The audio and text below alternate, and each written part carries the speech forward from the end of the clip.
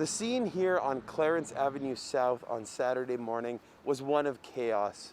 The explosion was actually two blasts felt around 4 a.m. They completely destroyed a home and damaged two others. Hours later, a body was discovered in the wreckage. The caution barricades are still in place, and now we're learning more about the man who owned and died inside of the home that once stood behind me. Saskatoon police have not released the identity of the man killed, but say the 59-year-old man was the sole resident of the home. Public records, family, and several neighbors have told CBC the owner and resident of the house was a man named Danny Vazena. Neighbors tell us that Vazena was a father of two and say he was a car enthusiast.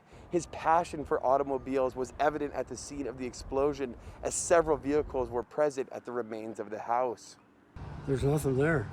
There is nothing there, so it's can't compare it to anything because it's completely gone. And other than part of his roof is on the neighbor's house, which is partly burnt as well. Saskatoon police arrived on scene before firefighters did the morning of the blast, and officials say the investigation is complex and will take time, especially considering the extent of the damage. The gable ends of the home and parts of the roof ended up on each neighboring house to the north and the south. And so the force of that would be felt in many homes spread across that block. If within other pictures as well, the front walls of the home were blown out onto the grass.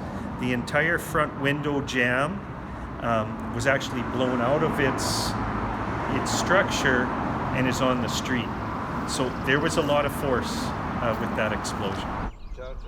Family members who arrived on scene today to lay flowers at the site of the explosion say they're still in shock about the death, but say that Danny will always be remembered as a car enthusiast.